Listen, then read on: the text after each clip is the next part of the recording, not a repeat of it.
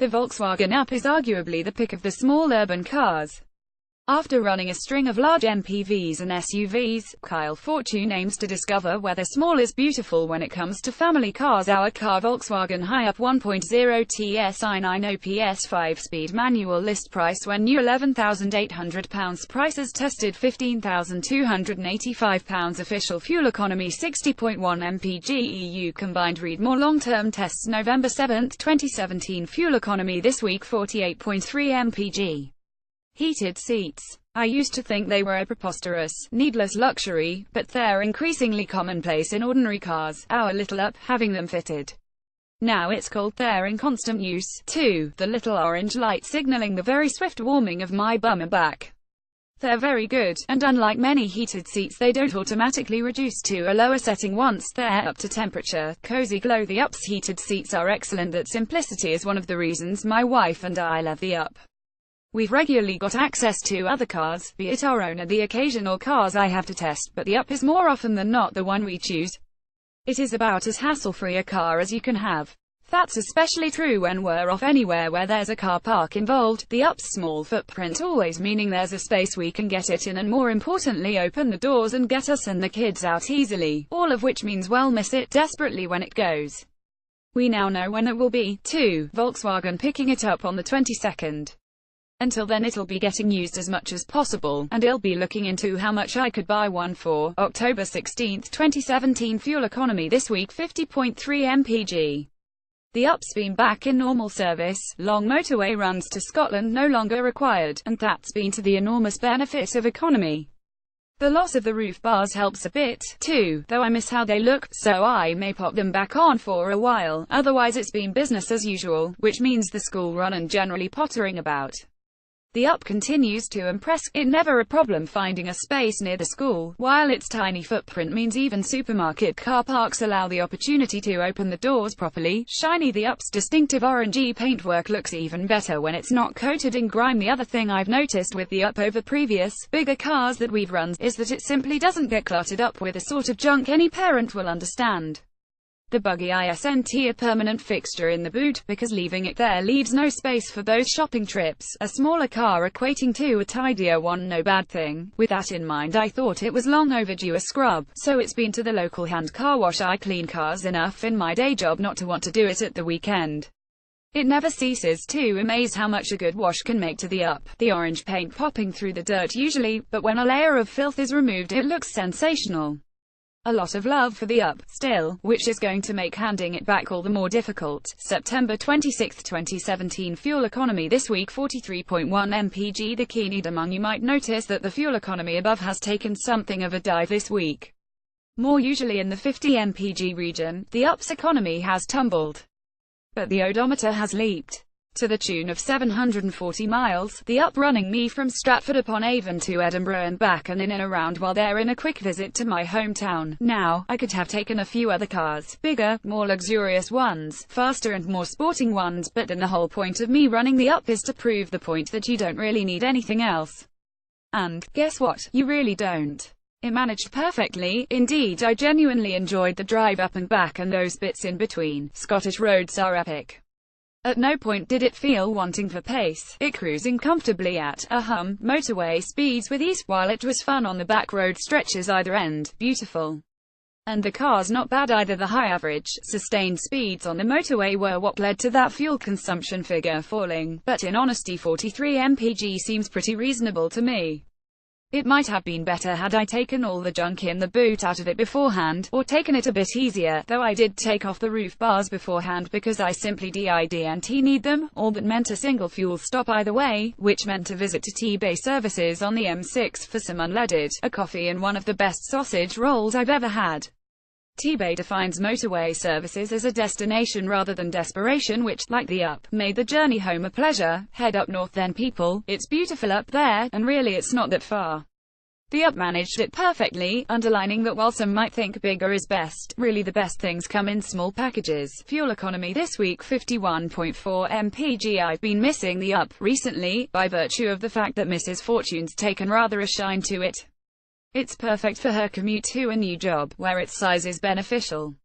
Where she works now, parking is a bit lacking, and the Up squeezes in just about any gap remaining. That's going to change when she gets her company car later this week, so he'll be able to commandeer the compact VW more of the time and she'll have to find bigger spaces. Elsewhere it's proved pretty much perfect for family life.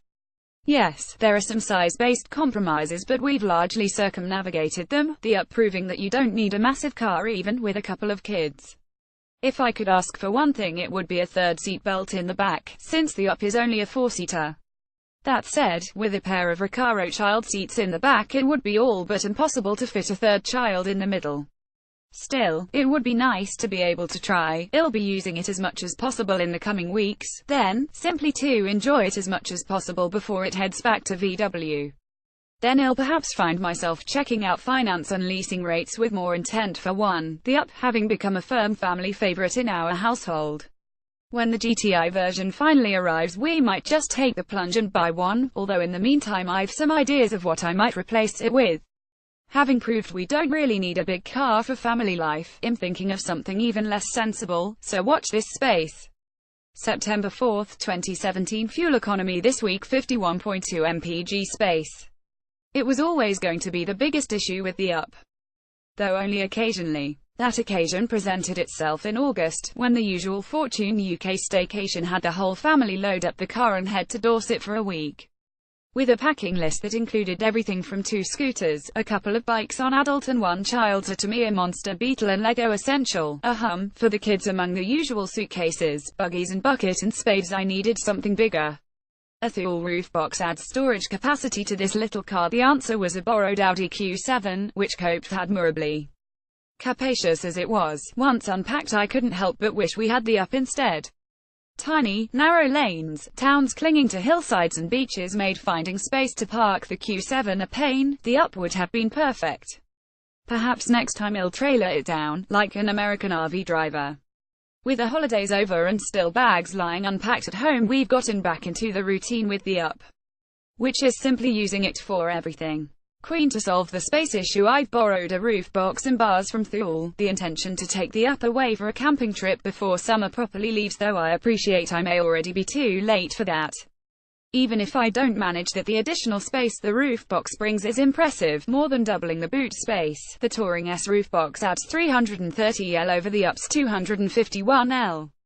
All that means we can do things like chuck the buggy in the box and the dog in the boot. Useful stuff, and, while I appreciate I might be in the minority here, I think it looks superb too. Family-sized motoring in a small car, it's possible, with a little bit of help sometimes. August 1, 2017 Fuel economy this week 51.2 mpg, and the dog came along for a trip to the dealer. The Up cost me £125 this week, but really, I couldn't be happier. With the oil service notification now gone, I can go back to driving the car around as I usually do, which is pretty hard if I'm honest. That telling need for a service was in the instrument display for over 2 weeks, my fault, rather than the local VW garage listers, as I missed an earlier slot to have the Up given its first once over. To say the process was simple is an understatement. A call, a time booked, and I dropped it off. It all took a few hours. The Up came back cleaned and I was handed a Kit Kat to eat while filling in the inevitable survey. If I've any complaint, it's that last bit. The incessant need to fill in surveys after any purchase or service these days riles me. Please, should I not be happy with something, then I'll be in touch, otherwise assume everything's just tickety-boo. Servicing paperwork up to date, otherwise it was all very pleasant. The showroom service reception is a world away from the specialist garages I have look after my own classic cars. The price seemed reasonable and I could have sat and had as much free coffee as soft drinks had I chosen to wait. The offer of discount vouchers for some local cafes was a nice touch should I have chosen to wander into town and wait. The proximity to home meant I could get back home quickly on foot. Double bonus is I brought our dog, Ellie, for the stroll back to collect the car. She seemed happy for the different walk, but I'm not sure there's a box for that in the survey to let them know. Fuel economy this week 51.3 mpg. Don't be angry, said my wife. IWASNT. Scraped alloy wheels are something that during car ownership we all try to avoid, but it happens. The VW Up looks a bit battle-scarred now, which is a shame, but he'll have it repaired. Like everything, it's finding the time to do so. Scraped alloys are almost inevitable. Time for a wheel refurbishment indeed. A busy week last week had me reschedule the oil service until tomorrow, which means I'll be spending the morning of my birthday in a VW dealership while they give it the up the once over. No biggie, and frankly I'll be happy to get in it again without the information screen reminding me it's due an oil service. Before then I'll need to give it a bit of a clean out, the daily grind seeing it fill up with family detritus like kids' shoes, toys and such like. Fortunately, being so small means there's less of it. Previous experience with bigger cars seeing me ignore the rubbish for longer than I do with the Up. That, and I love how it looks inside and out, and don't like anything detracting from that. Like a curbed alloy wheel. Is anyone able to recommend a good wheel repair company in Warwickshire? Fuel economy this week: 51.2 mpg, 9,500 miles have now rolled under the wheels of our little Up. That's enough to have the digital display alert us to the need for an oil service every time we start it, so it's booked in next week. Alan, it's going to cost £141, which seems a bit steep for an oil change, but I'm told it'll get a full once-over health check at the same time. There's also the promise of a clean inside and out, so that's a tenner or so saved at the local hand car wash, too. With my determination to use the Up as much as possible, I've borrowed a Thule Touring S roof box for it. I've yet to fit it properly, but popped it on the top without the bars just to try it for size. I know I'm likely to be in the minority, but I rather like how it looks. A roof box is a practical addition to the diminutive Up when family travels beckon. It will be interesting to see how it affects the economy, particularly on a longer run, but the hope is it's easy enough to pop on and off when we need the additional space, which to me seems like the ideal solution. That said, you do need a fair bit of room to store the box itself. Fine for me with a garden and garage, but if you're a city dweller in a flat it's more of an issue. We'll see how it all works later this week when I break out the roof bars and get it fitted. Until then, the Up will be winding on more miles. The ever-growing number on the odometer underlining this small car is absolutely fine beyond the confines of the city. June 26, 2017. Fuel economy this week: 51.3 mpg, over 300 miles at the weekend. That's what the Up covered with myself and Mrs. F as we escaped the kids for an evening and popped down to Brighton to go to a friend's 40th celebrations. I had the pick of a couple of other cars, but still we opted for the Up, figuring, rightly, that it'd fit better on our pal's tight driveway when we got there. It might be considered a city car, then, but it's absolutely fine between them. Those 300 miles were predominantly on motorways, the M40, M25 and M23 and back. The Up's 90 horsepower 1.0-litre turbocharged triple more than up to the task of motorway cruising speeds. Without the need to carry all the kids' stuff, the boot wasn't troubled by our overnight bags, either. The seats were comfortable for the longer trip. Consumption remained at just over 51 mpg despite the occasional, high cruising speed on the always quick M40. Indeed, the only minor complaint being it's a bit noisy over prolonged distances. Turning up the radio helps, though even the hilarity of Johnny Vaughan's show on Radio X was drowned out on the rough concrete sections of the M25. That's not something that's unique to the Up, though. With a few more miles under its wheels, an oil service indicator has popped up, saying it'll be required in 500 miles. I'll get that booked in the next week or so, as the small car is winding on some big miles. June 20, 2017. Fuel economy this week: 51.3 mpg. The Up continues to impress, which is a problem because at some point I'll have to give it back. Seems I've got it pretty bad, too, as I keep looking at finance calculators on the VW website to see how little it would be to own one. It appears that a new Up can be had for anywhere from £105 £170 a month, depending on which route it'd take in getting one and, of course, which one it'd go for. Anyway, it's something to consider, especially when the new Up GTI arrives next year. I'll take another look when that arrives, as I think the GTI will be an absolute hoot and, well, it'll be available with the typical GTI tartan seats, which is justification for purchase alone. Until then I'll just continue to enjoy this 90 horsepower TSI version, which feels quick enough for any of the driving we've subjected it to. Economy doesn't seem to budge from around the 51 mpg mark, whether it's my lighter-footed wife driving, or me really enjoying it. The tiny tank meaning the infrequent fill-ups are no trouble to the bank balance, too. Inelegant Kyle has covered the driver's side vanity mirror with tape so he doesn't have to look at himself when the sun is shining. I fixed the annoying vanity mirror in the driver's side sun visor now. The mirror are now covered with black insulation tape. Not, perhaps, the most elegant solution, but it works. I've also been looking at roof boxes because I genuinely want to try a proper break in the Up with the family and will need some additional luggage capacity. Watch this space, but so far my small car normal-sized family experiment seems to going just fine. Too well, indeed, as we're all a bit smitten with it. June 5, 2017 Fuel economy this week 51.2 mpg. I've been searching in vain for something to criticize the Up for, as I realize I've really rather fallen for it more than I have any other long-term test car. The fact the rear windows don't open conventionally, at least they pop out an inch or so at the trailing edge, would annoy, but it saves the constant bleating from the kids back there to open them. After all, there's no better excuse to say no than it simply not being possible. With the sun coming out I've found something annoying though, and my wife finds it irritating, too. On the rare occasions the sun's shining enough to not mean the metallic orange Up's not the brightest thing around, the need to drop the sun visors sees you looking at a reflection of yourself. I've never been much of a fan of vanity mirrors, on the driver's side at least, and when they come without covers, as they do on the Up, they're bloody distracting. Reflected glory vanity mirrors can prove distracting even pushed far forward, so you're not looking directly at yourself, you'll see the reflection of the top of the steering wheel in it. I'm looking at a solution now, which will most likely just be some black insulating tape over it to remove the distraction. Once I've done that I can get back to gushing about how much I love our wee orange city car, because, vanity mirrors aside, it really is quite brilliant. May 30, 2017 Fuel economy this week 50.1 mpg. So how big is the boot on the Up? The official answer is 251 litres, which means little to most people. A Golf is 380 litres, by comparison, the Up understandably a good deal smaller. Will the two-seat buggy fare in the diminutive Up boot size tends not to be something you really consider until you're a parent. Those back seats that were previously occasional pews for pals usually taking up the slack for load-carrying duties. With offspring in tow they're occupied by child seats, and you don't really want loose stuff knocking around the interior anymore.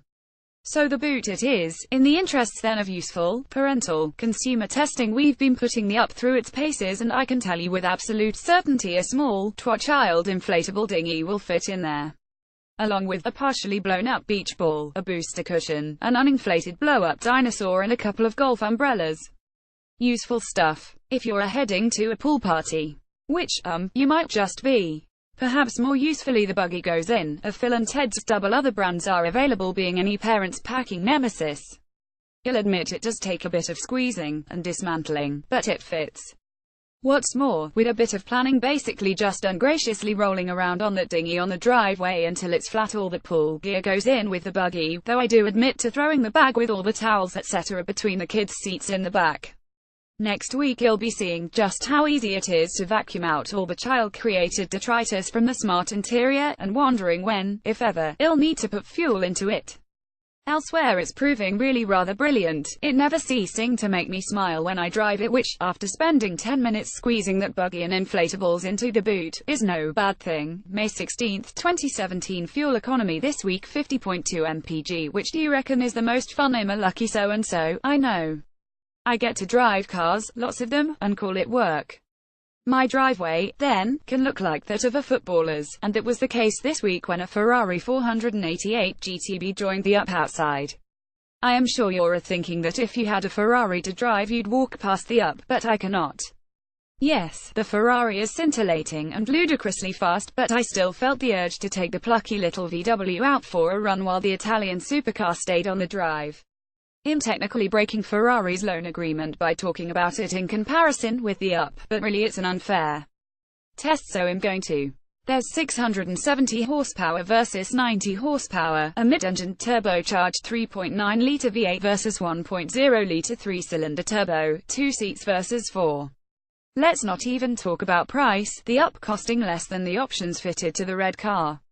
I know it's a daft comparison, but it underlines one thing I've been saying for years: sports cars are too fast, the fun to be had in them at such extremes of their performance that they're impossible to really enjoy on the public road. That's not the case with the Up. By conventional measure it's pretty slow. In the 9.9 seconds it takes to reach 62 miles per hour, the Ferrari would be doing over 130 miles per hour, but I just don't care. The Up makes me smile every time I drive it, because you really can drive it, pretty much flat out everywhere. And you're never going to be going too quickly. The enjoyment to be had from making the most of the performance it's got. It's that, as much as my idea that we're all in cars that are too big for us, that had me ask VW for it in the first place. So far it's proving to be very much the right decision, though we'll see how that changes next week when I compare it to a pickup truck.